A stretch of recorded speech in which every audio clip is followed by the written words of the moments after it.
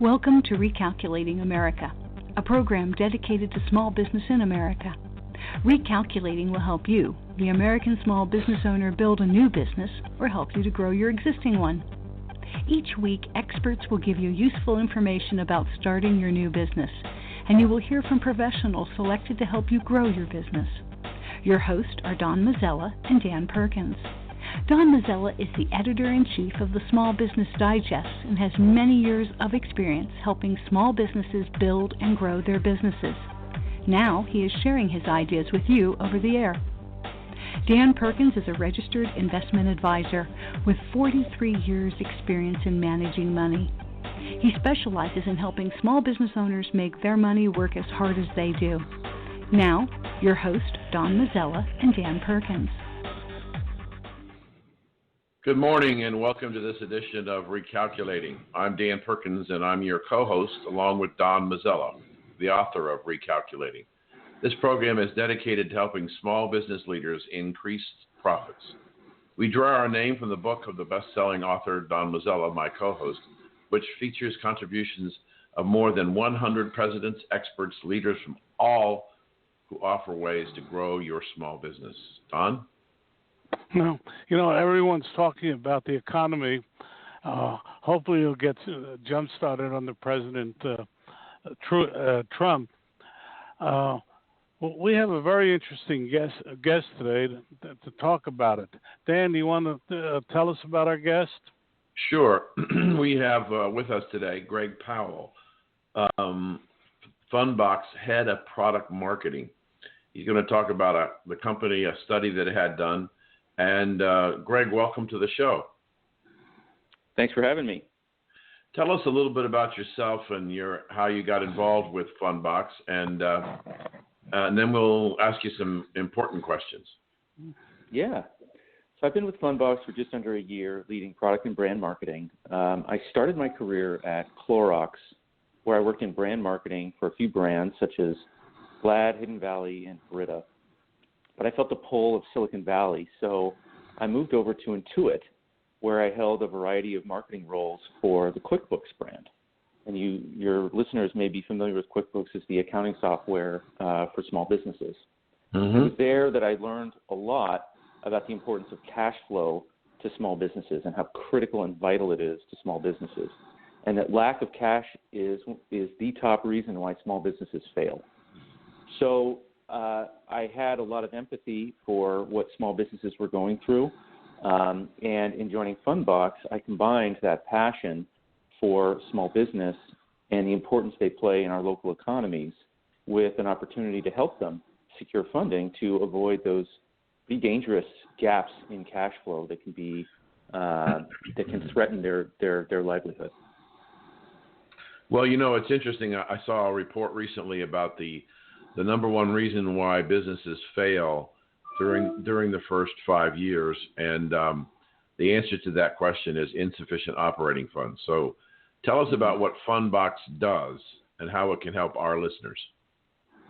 Yeah, so FundBox helps small businesses grow by giving them access to credit in just a few clicks. So customers register for a free account at fundbox.com, and then they can connect either their accounting solution or their bank account. And we use that data to determine if they're a good fit for FundBox credit. If they're approved, they can draw funds, and the money will be in their bank accounts as soon as the next business day. It's very easy, very, very flexible. They don't get stuck paying interest on huge term loans. They only draw the amount that they need and when they need it. Would it be inappropriate to call this a line of credit account?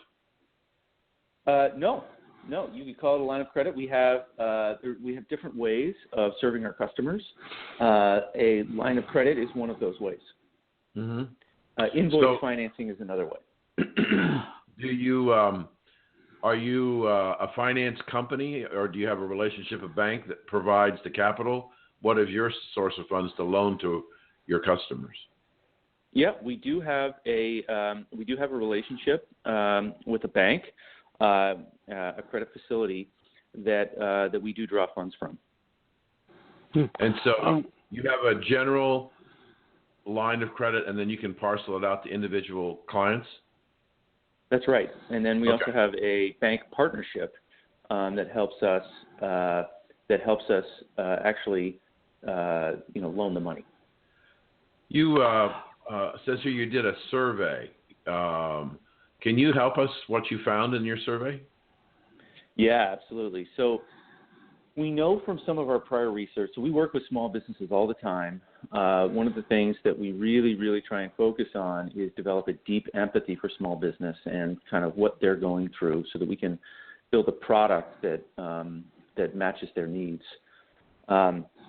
And we know from some of our prior research that getting paid slowly is a really big problem for small businesses, especially invoice-based small businesses, those that take invoice as a form of payment or that invoice their customers to get paid. And our estimates show that small businesses are owed collectively across the U.S.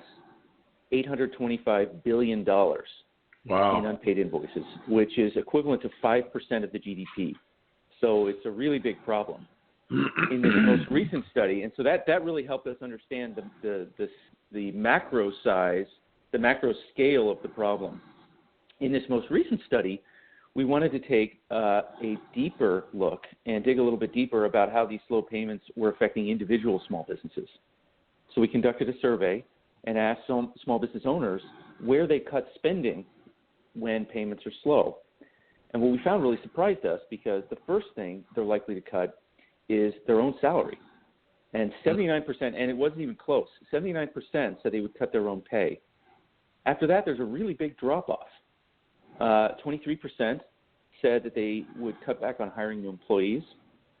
23% also said they would cut back on investing in new equipment. And 20% said they would cut marketing spend.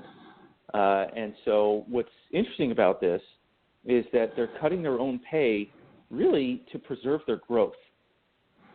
We quoted one customer in the study saying that I can either not pay myself or reduce marketing cost. Not paying myself is first because reducing marketing cost is about equivalent to hitting a self-destruct button. So they don't pay themselves first. If they have to make deeper cuts beyond their own salaries, that's when they move into expenses directly related to growth, like marketing, new employees, new equipment. And so this really ties back to the fact that most small businesses are trying to grow when they come to FundBox. When they're seeking financing for their business, most of the time it's because they want to grow. They're getting paid slowly and they want to grow, but they can't unless they have the funding to do so. Who is your typical customer? What do they look like? We have a few different types of customers. Professional services and trades. So in professional service, you imagine like an advertising agency or like a web design firm or accountants use us. And typically, in what ties all of these different groups together is they operate in an environment where they invoice their customers. Usually their work is time-bound, and they invoice their customers at the end of that project. But their expenses continue as they wait on payment. And so for all of those folks, they usually their highest, for the professional services companies, usually their highest expense is salary. In very expensive markets, sometimes it's rent. On the trade side of things, we work with a lot of contractors, plumbers, electricians, landscapers, janitorial services, small businesses. Again, they invoice their customers. They do project-based work for their clients. When the work is done, they invoice them. A lot of times, the capital constraints that they have are involved with material costs and supplies. So these guys, when they start a new job, need to buy all the equipment up front, all the supplies up front, before they can start a new project. So access to funds is critical to growing. And finally, we also work with a lot of manufacturers. And with manufacturers, it's small business manufacturers, if they were to get a big order from, say, Target or Walmart, they'd have to ramp up their inventory pretty significantly in order to fulfill that order. And that also requires money. And so we hear from a lot of small businesses manufacturers who say, like so-and-so called me, I need money now because I need a new piece of equipment or need to buy the raw materials to turn this into inventory I can ship off to this new customer. Don? Well, I have several questions, but I thought it was ironic, Dan, that your contribution to recalculating was a piece that said, make sure you pay yourself. And here he's saying, if I heard Greg correctly, that the one area that people cut back on is their own salaries. Did I hear that right, Greg? You did. That's the first thing that they cut. And it's one of the things perhaps you shouldn't cut. But let me ask, Greg, I want to be clear on this. Let's say I have a payroll to meet, and I'm $5,000 short of that payroll. If I'm tied up with you and you've given me a credit line of, let's say, $10,000, I can, in effect, call you up or somehow or other contact FundBox, and I will know that $5,000 will be in my account tomorrow. Did I hear that right? The next business day. Yep. You log into fundbox.com and you log into your account, and it's as simple as clicking a button.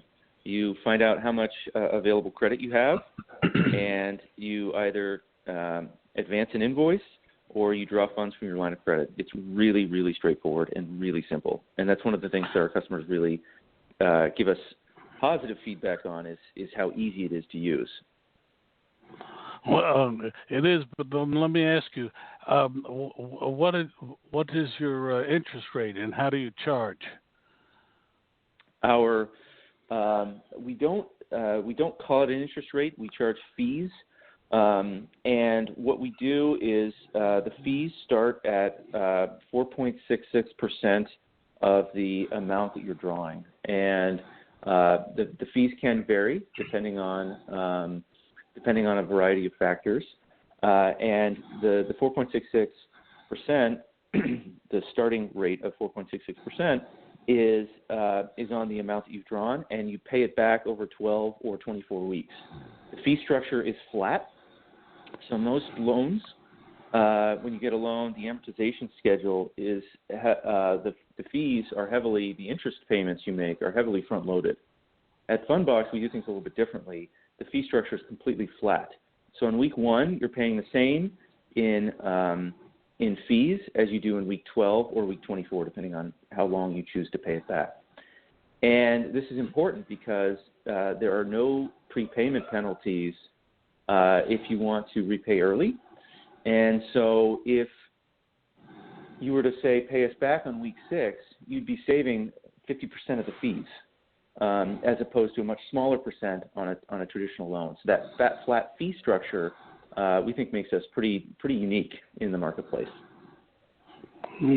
Very much. But then I guess what's your recourse if the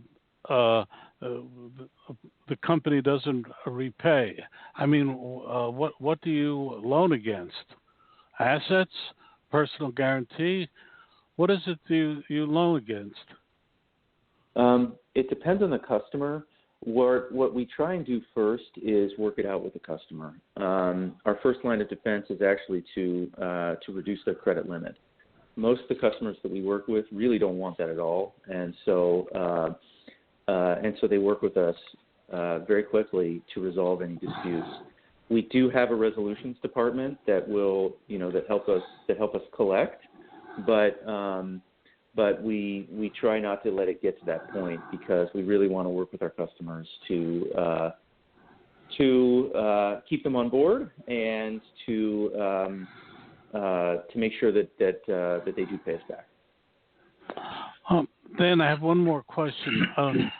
Have you noticed a pickup in people in business activity over the last 3 months, or have you seen any sort of a movement one way or the other in terms of your business and your client's business? Well, we've been growing very quickly, so it's hard to separate out a lot of variables on exactly, external factors that are propelling the growth forward. But because we've been growing so quickly over the last year or two, in terms of our customers' businesses, it's tough for us to say exactly how. It's tough for us to say exactly how well they're doing, but we've definitely seen our business consistently grow over the past 3 months. Yes. What kind of businesses are coming in now? It's because of the nature of our product, we work with a lot of invoice-based businesses. That's where a lot of the pain that these small businesses are feeling comes from with the slow payments and not being able to grow because their customers are taking a long time to pay them back. And so it's really a lot of those invoice-based businesses that I mentioned earlier, the professional services, trades, and the small business manufacturers. Those are a lot of who we see on a day-to-day basis. Are you seeing, following up on Don's question, are you seeing people tell you, or hearing, I should say, as opposed to seeing, hearing people tell you that collections are picking up, or are they unchanged so far in the first quarter? I don't think we've heard that. I mean, I think that, I don't think we've specifically heard that. I can't say that we've heard that specifically come from our customers. What is do you have an expectation corporately about what you think is going to happen to the economy and how it will impact your business? No, really, with the current administration, there's a lot of uncertainty right now about how fintech companies, financial technology companies, will be sort of affected, and so we want to work with regulators to come to a solution that helps small businesses, and are more than happy to work with anyone with the ability to help small businesses succeed and prosper. So if we go back to your structure of your company,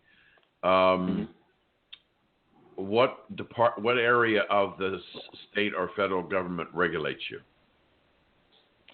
Well, it depends. Or does anybody? Well, the regulations.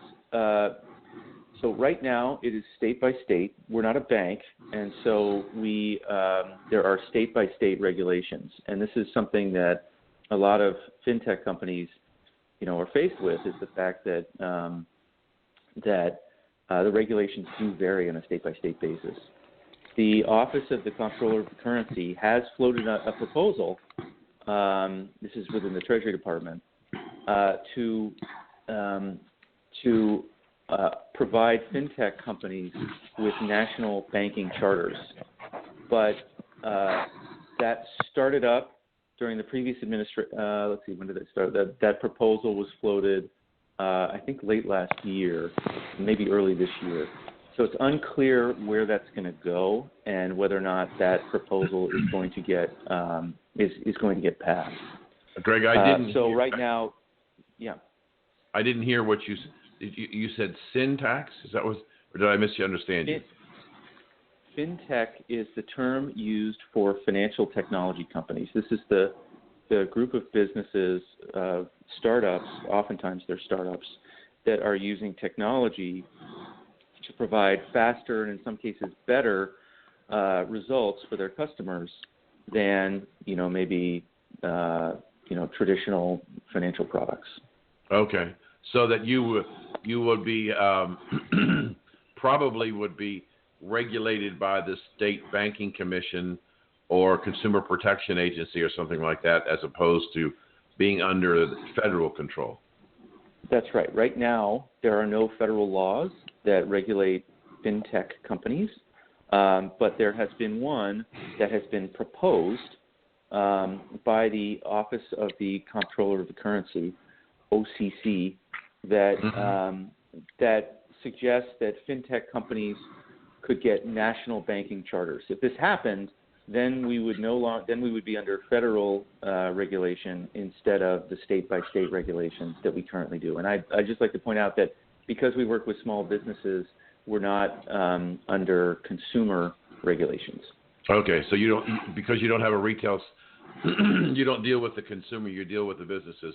You're exempt from that. That's right. Okay, and we've got about 2 minutes left here. I have a question, Dan. Okay, go ahead. How do you get your customers? And is by referral?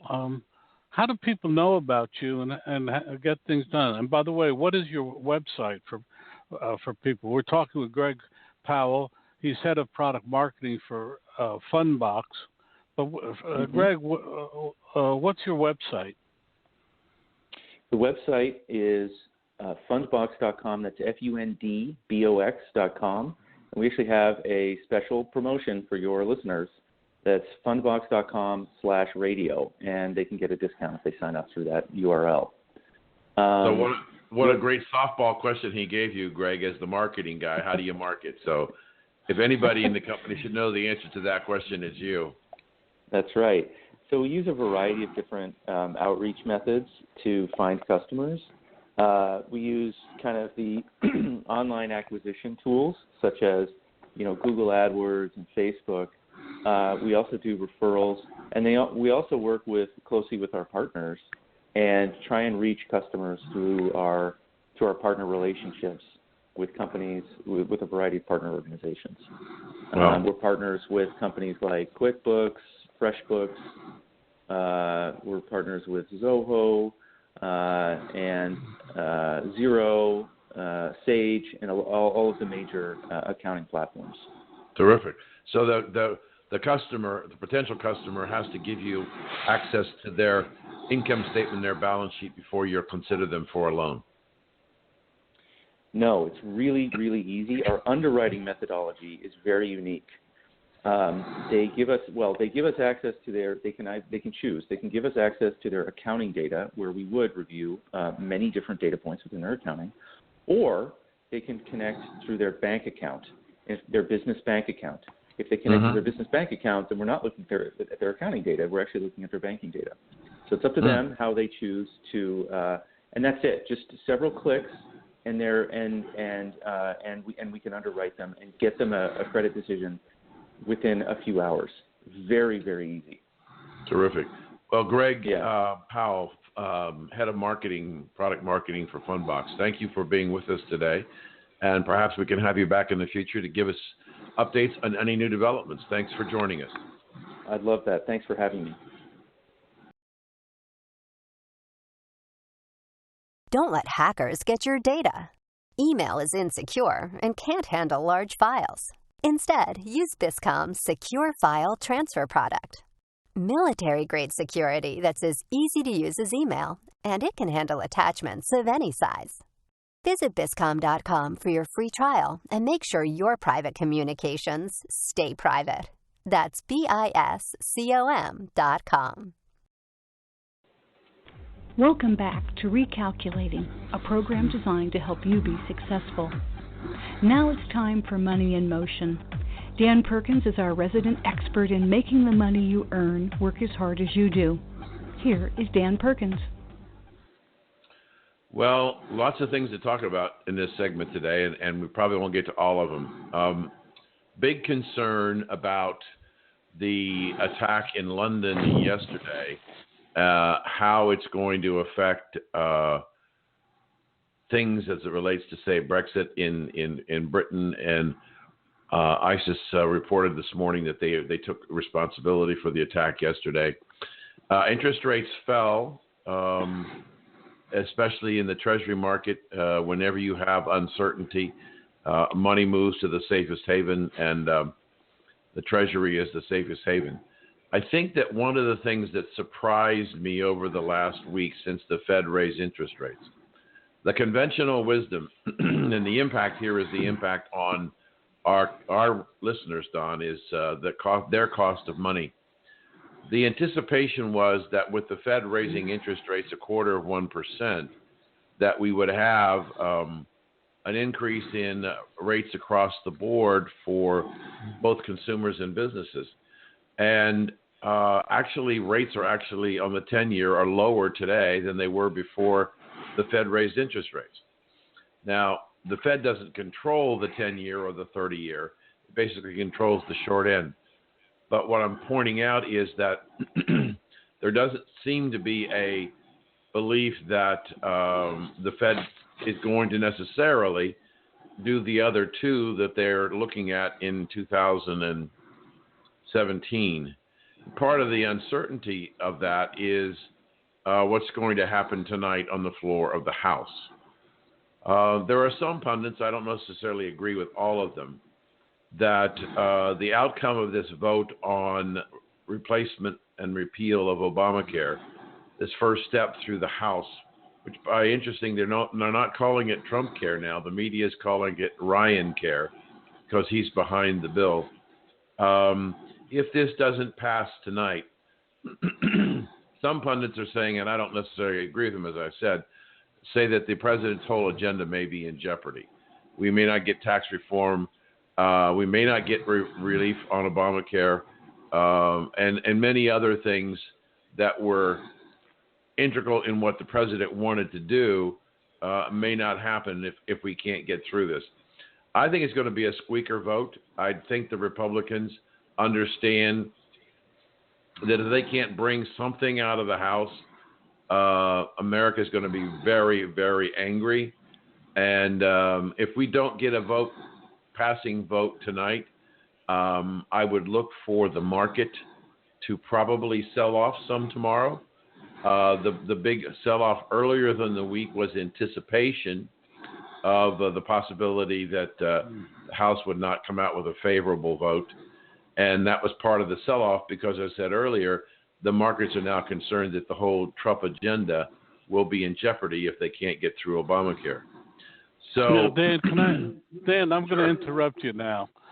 You know, all during the presidential campaign, you and I kept hearing that things were going to crater, that Trump was going to crater, and lo and behold, he won. Well, what is your honest opinion? I think that the vote tonight is a foregone conclusion. It's going to pass. What do you think? Well, as I said earlier, I think it will be a close vote. There are a lot of people, very conservative Republicans, who don't think that the bill as constituted went far enough. Apparently, there were some major activities going on late into the night last night, and the 25 members of the conservative caucus in the House, which had not been in favor of the bill, their leader came out about 11:30 last night and said we've made a lot of progress. But I think that, again, we have to understand that the people who are reporting what's going on have an absolute bias against Mr. Trump. And so we have to be very careful that we don't get swayed by what the media is saying, because it isn't necessarily true. One example, and it's an absolutely terrible example, but in a sense, it's also a perfect example. We had a situation in Rockville, Maryland, 2 nights ago, where a 14-year-old girl was brutally raped and sodomized in a high school men's bathroom by two, one for sure, illegal alien, who were 17 and 18-year-old young men who were placed in the freshman class. Now, Bill O'Reilly went on a tirade last night. I watched him. And he complained the fact that ABC, NBC, CBS, CNN, and MSNBC, none, zero, did any reporting about the attack on this young girl. And his contention was that it was because it was politically not in their best interest to talk about illegal aliens raping this young woman. What's also bizarre is after this rape was reported, the Maryland state legislature passed a law to make Maryland a sanctuary state. Now, the governor of Maryland last night said he was going to veto the bill. But again, we have the selective memory of the media. So we have to be very, very careful. As O'Reilly has been saying for some time, be skeptical of what you hear. So we've got just about a minute left. So watch what happens if the vote passes tonight. Probably a little bit of a relief rally tomorrow. Downside risk to this market is about 20,000 on the Dow. That would give us a 5% correction from the most recent high. So I think it's time for a commercial. And then we've got, yes. What? Yes, it is. Time for our commercial, and we have a really special guest next. We'll be right back after this message. Hate your old fax machine? You can now fax through email. Simply write an email, attach the document, and send. Works with all major email providers. Get rid of the noisy and expensive old fax machine and try Biscom's Cloud Fax. Our solutions are great for businesses of all sizes. Visit Biscom.com for your free trial. That's BISCOM.com. Dan, I'm going to give you the pleasure of introducing our next guest. Well, ladies and gentlemen, we have opportunity to speak with the gentleman who is one of our sponsors. He's also the president and founder of Biscom, Bill Ho. And we thank you, Bill, for joining us today. And welcome to Recalculating. Yeah, thank you for having me. So tell us a little bit about yourself and how you decided to found Biscom. Well, actually, I didn't found the company. My father did back in 1986. And I joined more recently back in 2002. So although I am the CEO today, I didn't start there. In fact, my background is in software development, and I worked for a couple different companies that, back during the early .com days, back in the mid '90s, I was at Oracle developing some of their software, and then started building kind of these large dynamic web content websites for CNET, and it got me excited about the whole, the web, and I ended up doing my own startup out there called eVault, and we were actually the first mobile-centric company that with the cloud storage back end, which and our idea was people should have access to all their documents, files, and content, regardless of where they are. Bill, I'm fascinated that your father started the company. So he's the entrepreneur who started Biscom. What do you think your father saw as an entrepreneur? What did he see as the business opportunity? He was working at Wang at the time, and he had spent 19 years there. And I think the thing that he realized was, and he was involved in this document, a lot of the document management side of things. And I remember him talking about the fax salesperson who came to his office and ended up selling the entire company on these fax machines from Ricoh, I believe. And he realized that this is a solution out there, or back then when fax was heavily used, that is actually pretty inefficient. So he ended up developing the very first fax server that would connect to any network. It was completely networked. So every single desktop was able to fax without having to have a fax machine next to you or have a fax modem installed. Great concept. I've used it for years. I think it's a great idea. So what is your company doing today? So Biscom, started its roots were in the fax space, and we are still. It's grown incredibly, actually, over the last 30 years. So we continue to be one of the leading providers especially in the enterprise fax world. But one thing that we've done, and this is kind of where my story was kind of leading up to, which is back in 2002, Biscom acquired my company, and we started to look at how do we expand Biscom's role here, and not just helping share faxes, but how do we more broadly share electronic files, messages, secure email, and that's actually what we ended up building out based on the technology from my startup. And it was so now Biscom is involved not only in delivering faxes, across around the world, but also delivering electronic files.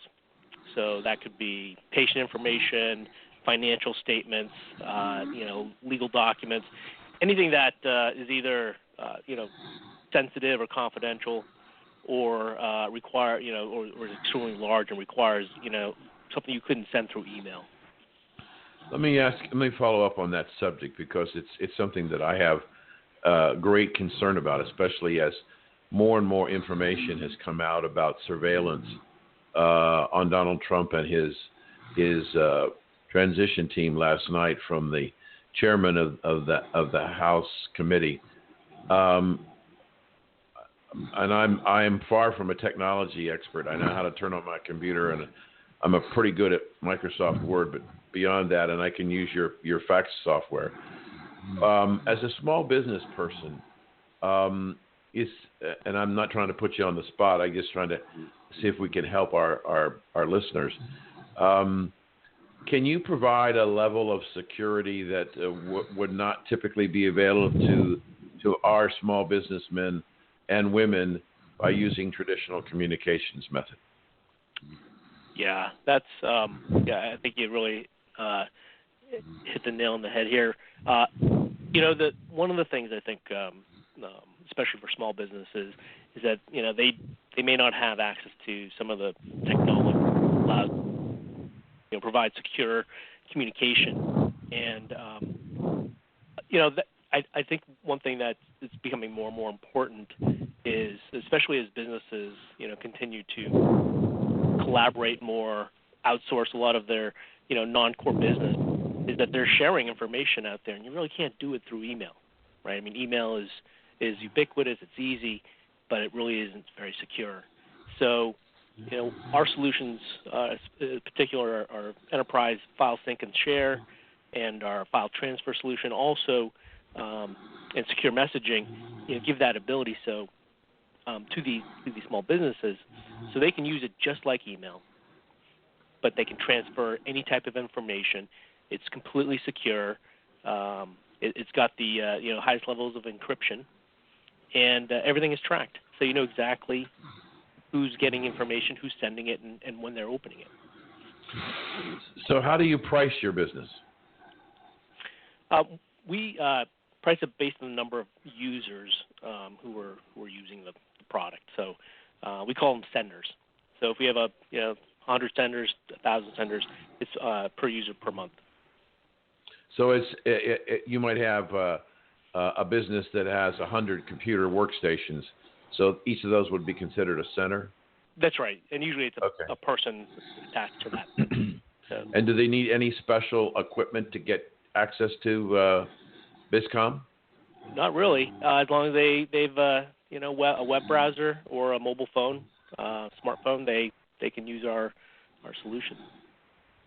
Are you finding any increase in interest by potential customers or existing customers about your encryption technology with all of the stuff that's going on right now? Yeah, and I think it's driven by a couple of different things. One is obviously, as you mentioned, there's just the increased awareness of the fact that there's a lot of things out there are not secure and can be tapped into. So that's certainly a fear that a lot of companies have. A second is also more regulatory. So, for example, HIPAA is something that we all experience in healthcare, and the whole point is we need to keep our medical information secure, protected, and And so, there aren't a lot of good ways to really share that information. So that's another driver where they're looking for technologies that can really, lock that down and secure it. I have a foundation that works with veterans, and as we go into the veterans hospitals, what we find out is that veterans, in many cases, who are visiting at the hospital or are in the hospital if they're an inpatient situation, they may have smartphones, but they can't use the internet feature on their smartphone because the hospital uses the internet to transfer patient records. And I'm wondering if there is a smarter way to do that. So the veterans themselves are not allowed access to that internet. That's probably more of a policy rather than a technical issue. Okay. But I think VAs are they do deal with the exact same HIPAA requirements that every other healthcare organization does. Sure. In fact, the VA is a pretty big customer of ours, so they use a lot of our technology already. Good. So, go ahead, Don. No, I was going to follow up on that because I've often seen between my doctors that they fax back and forth to each other my medical records, and there's simply not enough security on it. And I keep thinking to myself, anybody could intercept that and do with it whatever they want. And it's probably a big area. How did you get into that area, Bill? Well, healthcare has always been, I think, one of our largest verticals, and mainly because everyone understands that patient information, yours and mine, is pretty sensitive, and we don't want that, out there for the world to see. And in fact, HIPAA really even locks it down further, where if you're a patient, only the people and the physicians and the nurses and other people who are actively working on you should be allowed to see that information. So the big example in healthcare, say in fax, is you have a fax machine sitting in the middle of an emergency room, and a fax comes through, and anyone can go by and pick it up and say, here's Bill Ho's lab results. So what we've done is allowed hospitals to deliver that information specifically to the people who need it, and so it's not sitting on a unsecured platform. And that's one of the big reasons why we're in so many healthcare organizations. More recently, we've worked with some of the large hospitals like Mass General to help them send out patient information, so it doesn't have to be fax at all. It's all electronic. So when you look at your services, we'll use the example of one of Don's doctors.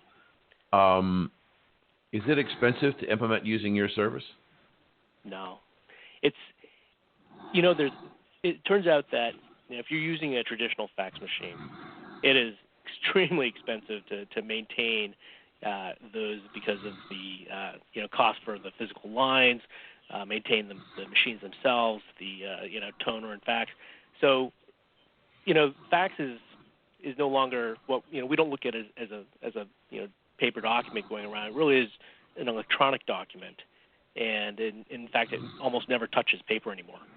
But so now you're getting rid of all those kind of hard costs, and so the solution becomes actually very there's significant cost savings, but also productivity improvements, and I think that's something that a lot of people look at as well. Do I need a special computer, or do I have to upgrade my computer to use your software? No, nothing special. Again, we have web interfaces. You may install a client or on your mobile device, so it's actually pretty seamless. Now we have a little conflict between Don and myself. He's a PC guy. I'm a Mac guy. Does your program work on both platforms? Yeah, it shouldn't matter. Okay. Bill, I'd like to go in a different direction for a little bit and talk about the company itself. It's a question I often ask entrepreneurs like yours. What are the three factors that you think makes your company so unique and your own management unique? Well, I think the first thing is we have a great product, and I think you really need to have some product or service that is exceptional. But that's not everything, right? I mean, people can have great products and great services, but still not, be able to capitalize on it. And I think one of the things that is more important than just the product is having the right people that understand how to develop it, how to sell it, how to market it. And so we think a lot about who's on our team and how do they contribute and add value, and especially for small businesses, it's like ours. Every person matters, and people wear a lot of different hats. So we think of it as product is extremely important. The people who run the company obviously are very important, and then the third kind of big thing for us is how do we delight our customers, and without having some great customers, there's nothing. We really don't have a company. So one of the things that we're obsessed with is making sure our customers love what we have, love working with us, and I think more than anything that becomes that's really built into the culture of our company. Bill, who are your major competitors?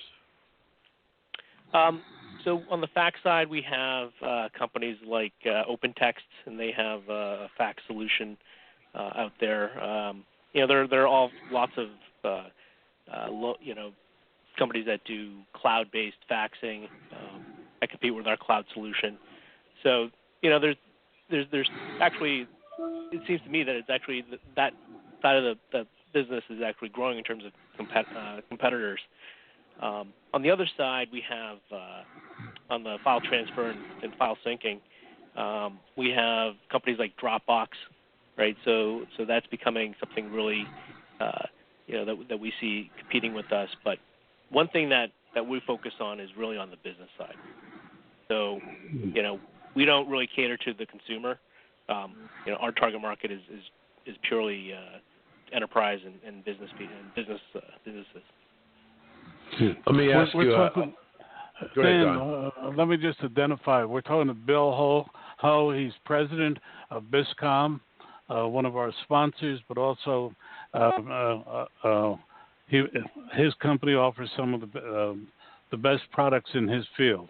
Just wanted to get and his website is biscom.com. So, Bill, I have to ask you this question.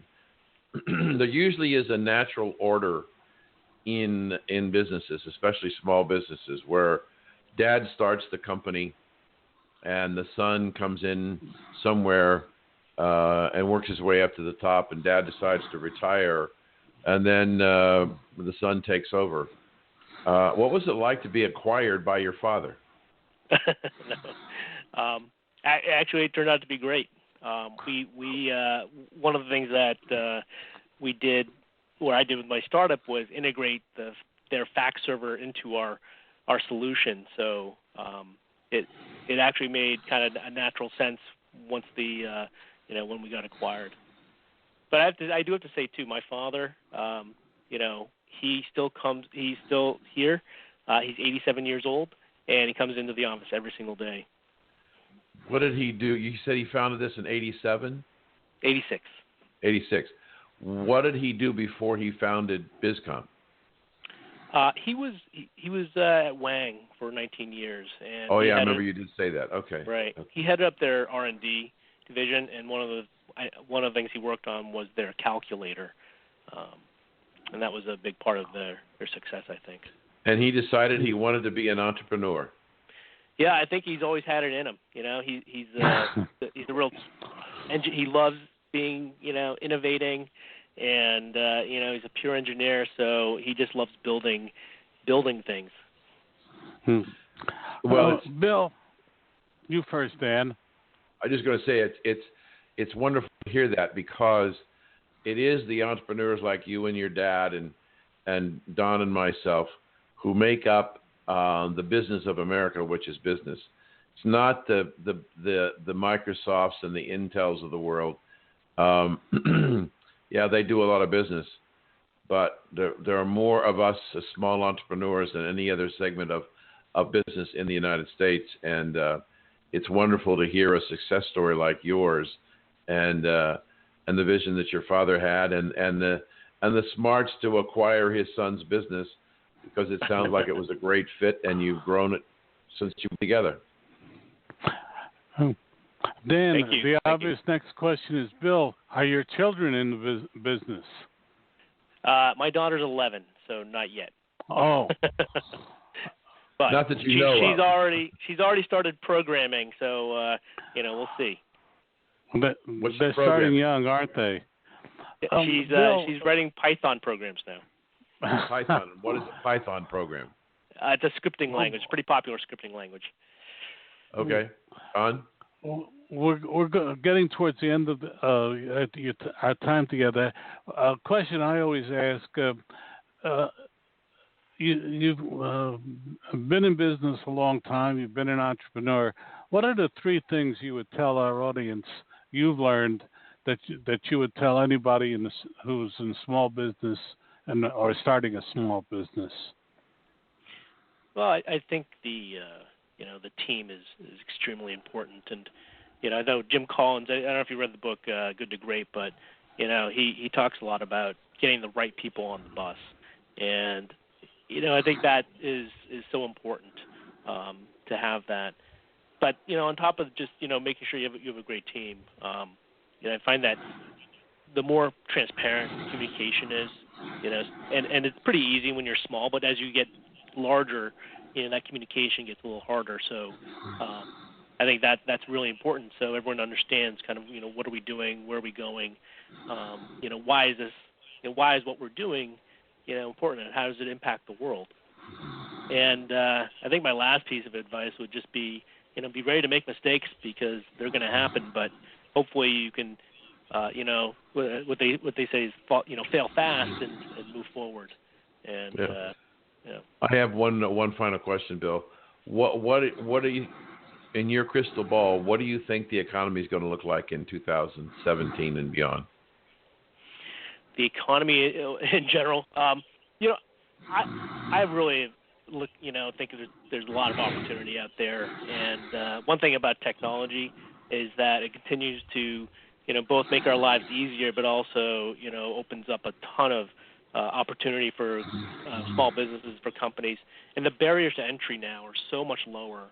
You don't, back when I started my company, we had to buy these $1 million, big, storage systems and, all these computers in a big data center. Now it's all, it's all cloud-based. It's people can get started really, really quickly and easily without a lot of expenses. Well, we've run out of time. Great segment. Thank you for coming on, Bill Ho, who is the president of Biscom, one of our sponsors. Go to their website, biscom.com, and look and see how they can help you grow your business. Thanks for joining us, Bill, and we'd like to have you back again sometime in the future. All right. Thanks, Dan. Thanks, Don. Appreciate you having me on. All right. Thank you. Don't let hackers get your data.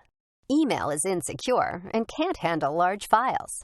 Instead, use Biscom's Secure File Transfer product. Military-grade security that's as easy to use as email, and it can handle attachments of any size. Visit Biscom.com for your free trial and make sure your private communications stay private. That's Biscom.com.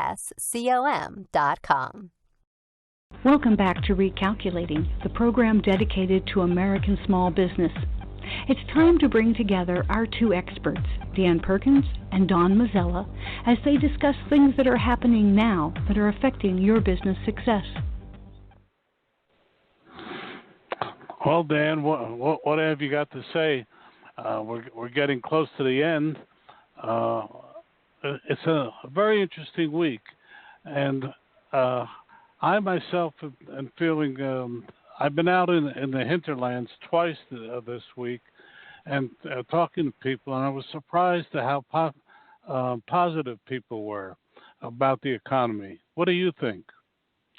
Well, I do think that there is a resurgence, but I do think that even though you disagree with me, I think there is a level of impatience. Not right now so much with Mr. Trump as there is with Congress. And people want to get things done. They want to get moving. They want to do things.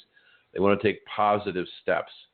And I think there are some people who are a little frustrated that things aren't moving as fast as they were when Mr. Trump first came into office with his executive orders. I do think that the cabinet officers are settling in quickly. I saw Mr. Tillerson was over in China in a matter of days after he became Secretary of State. And so I think we're going to start seeing more pronouncements, more things, activities coming out of the administration that will show progress. I think if we get through this vote tonight favorably, that'll be an uplifting. We know that the Senate is going to play their own game. And it's important that our listeners understand that, as you remind me, to be patient because new administrations take a while to settle in and start being productive. And I hope that they will be productive. I looked this morning and I just was amazed and at the language that was used on Twitter after the head of the House Foreign Relations Committee reported last night of the intrusion upon the Trump transition team by the Obama team, and the profanity and the vulgar language on Twitter was just amazing. And I wonder what's going through these people's mind. I always believe this, Don. If you couldn't communicate your thoughts or ideas without an expletive, then you got a real serious communications problem. And I see such a degrading of the language of this country on a day-to-day basis. It makes me very, very concerned about what's going on. Well, Dan, you're right. We've got exactly a minute and a half to the end of the program.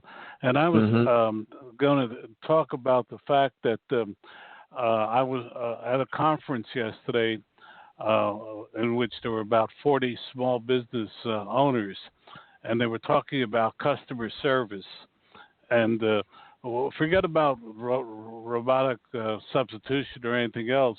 What they were concerned about was the incivility of people they were hiring and how they had to spend time retraining particularly young people to be polite and to say yes, no, and thank you.